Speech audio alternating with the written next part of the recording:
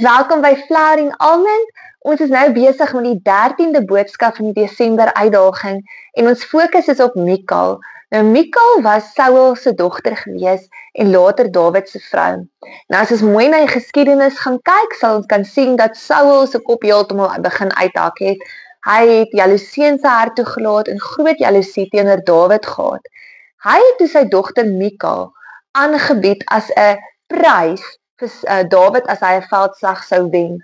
Nou, Dawid moes, ek dink 200 voorryde van die Filistyne of so iets bring, gaan lees dit self, gaan kyk weer daarin, en toe moes Saul vir Mikal vir hom gee, maar Mikal was verlief op Dawid. As ons lees, dan sien ons ook, Dawid was 'n aantreklike man gewees, so, dit was outomaties, was sy jong vrou gewees, en hierdie nuwe groot kryger, wat veldslae wen, kan mens nou dink hoe verlief sy was. So Mikal trou toe met Dawid. Maar so gaan die tyd aan en Saul wil vir Dawid vermoor. En Mikal steek toe, maak die venster oop en sy laat Dawid afsak met 'n tou sodat hy kan vlug weg van Saul af.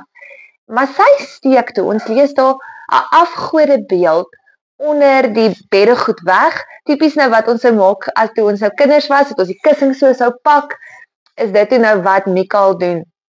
Maar dit is dadelik vir my 'n rooi lig, toe ek dit raak lees. Hoekom was daar afgode beeld in haar huis gewees, in haar kamer? Hoekom was dit nog deel van haar lewe gewees? Sy is 'n Joodse meisie, sy is koning Saul se dogter. So afgode was nog deel van haar lewe gewees. Dat God was nie die enigste God gewees vir haar nie. En ons kan gaga oordeel en sê, hoe kon sy dit doen? Maar hoeveel van ons steek nie dalk afgode weg onder 'n komberse, ons maak dit toe en ons maak dit lig en maak of daar nie afgode in ons lewens is nie. So vir my is dit regtig die eerste rooi lig van Mikal, daar was afgode in haar huis.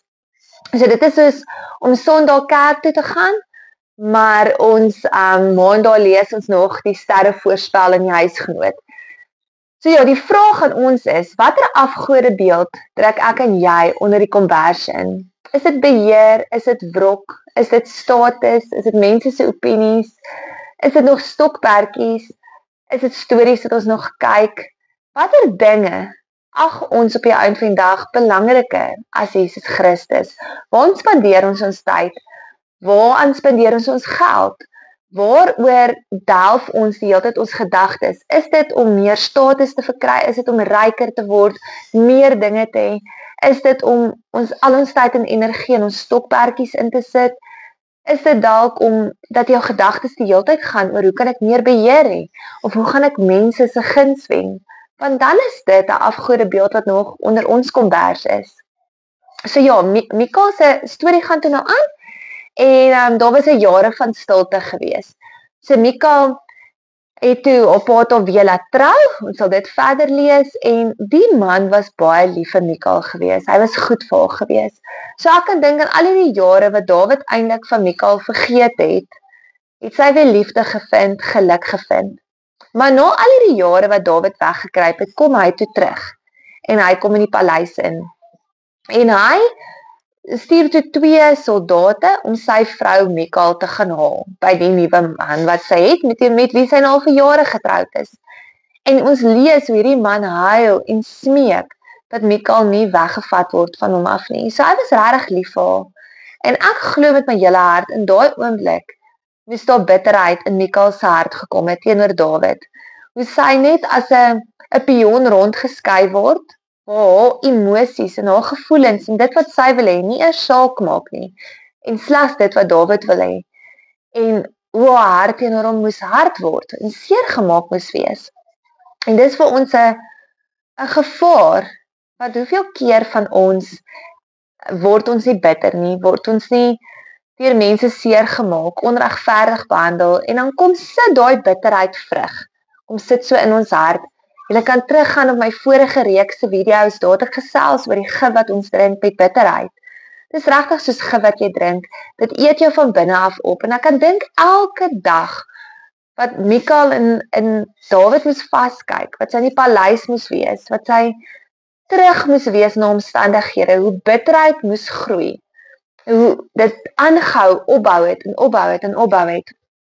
So dit werklik wortel geskied. En ons sien dit veral later, waar ons sien dat Dawid het met volle oorgawe voor die Here gedans. Dit staan in 2 Samuel 6 vers 14. En in 2 Samuel 6 vers 16 lees ons Mikal kyk uit by die venster en sy het vir Dawid in haar hart verag. Nie hardop nie, in haar hart. En sy spot hom toe in 2 Samuel 6 vers 20, ek lees vir julle. Hoe eerbaar het die koning van Israel hom tog vandag gedra. Sy verstaan nie aanbidding nie. Sy kyk deur 'n lens van trots, van pyn en van bitterheid. Mikal verag vir Dawid in haar hart. Onthou, Dawid was gesalf as koning. Hy's 'n gesalfde van die Here. So in daai tydperk het dit so gewerk. Onthou, die Heilige Gees was nog nie daar nie. So die sekere mense was gesalf en het die salwing van die Here beleef en kon sy stem hoor en sy nabyheid beleef. En Dawid was een van hulle. En sy verag hom in haar hart. En daar kom toe, in 2 Samuel 6 vers 23, 'n tragiese gebeurtenis wat sê, Mikal, Saul se dogter, het tot die dag van haar dood geen kind gehad nie. So ek sien dit nie as 'n straf nie, ek sien dit as 'n waarskuwing. Bitterheid sluit jou geestelike vrugbaarheid toe. Dit steel jou vreugde, dit maak jou blind vir God se teenwoordigheid. Mikal het nooit kinders gehad nie, sy het nooit die vreugde daarvan ervaar nie, omdat sy God se kind bespot het, en omdat sy hom verag het in haar hart. So die waarskuwing wat ek vir my en jou het, is kom ons wees op ons hoede, kom ons pas op, wanneer ons dalk iemand sien, wat iets in die koninkryk doen, wat vir ons nie sin maak nie, en vir ons snaaks lyk, om dit te bespot, of dit te verag in ons hart.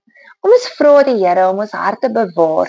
Daar's 'n skrif wat sê in Spreuke 4 vers 23, waak oor jou hart, meer as enige iets anders, want daaruit vloei die lewe.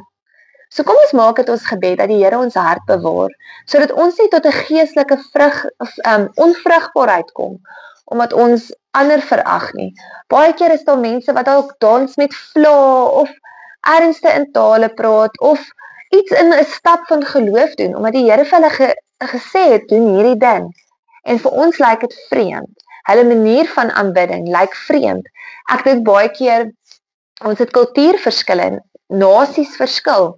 So party mense aanbid die Here baie meer luidrigtig en hardop, en dit klink vir ons dalk verskriklik oordrewe vir ons Afrikaner nasie.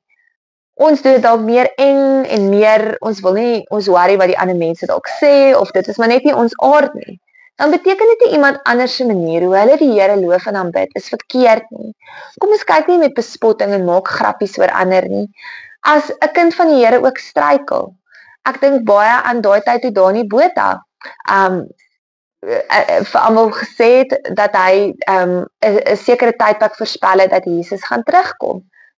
Die bespottings en die kritiek wat hy op alle sosiale media gekry het my hart so seer gemaak, die grappies, wat selfs tussen my werkskollegas gemaak was, kinders van die Here wat grappies gemaak het en gesê het, dit was daarom nou nie wegraap nie, ons is almal hierso vandag.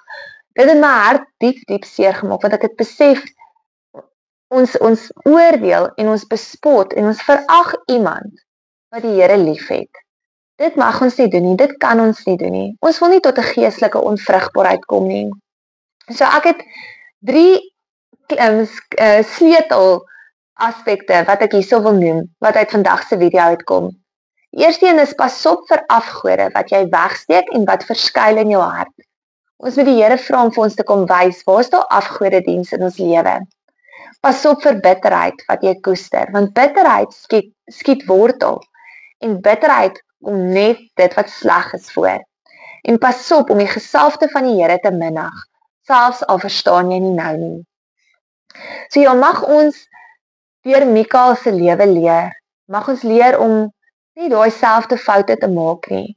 Mikal is 'n hartseer storie, is my verskriklike tragiese storie in die Bybel, hoe sy net soos 'n pion rondgeskuif was, en ek kan verstaan dat sy bitter was, ek kan verstaan dat sy seer gehad het.